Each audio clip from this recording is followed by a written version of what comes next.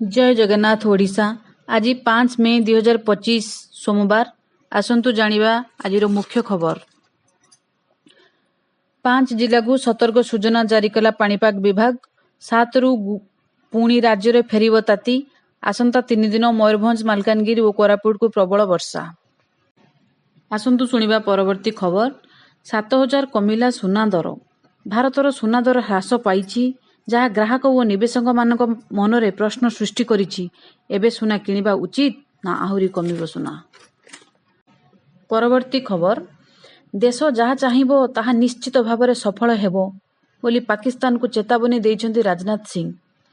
पहलग्राम आक्रमण संपर्क में प्रतिरक्षा मंत्री राजनाथ सिंह रविवार कहिछन्ति, मोर दायित्व हेउछि सशस्त्र बाहिनी सहित काम करिबा एवं भारत प्रति मंद उद्देश्य रखुथिबा लोकंकु उचित जवाब देबा एवं प्रधानमंत्री मोदी को कार्यशैली एवं दृढ़ निष्पत्ति सहित देशवासी परिचित बोली कहिछन्ति।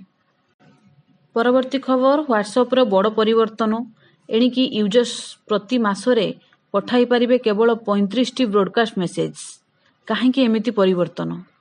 व्हाट्सएप रो मूल कंपनी मेटा कहिछि, अनेक उपभोक्ता और व्यवसायी ब्रॉडकास्ट फीचर रे अपव्यवहार करुछन्ति, जहा द्वारा स्पाम मेसेज वृद्धि पाउछि।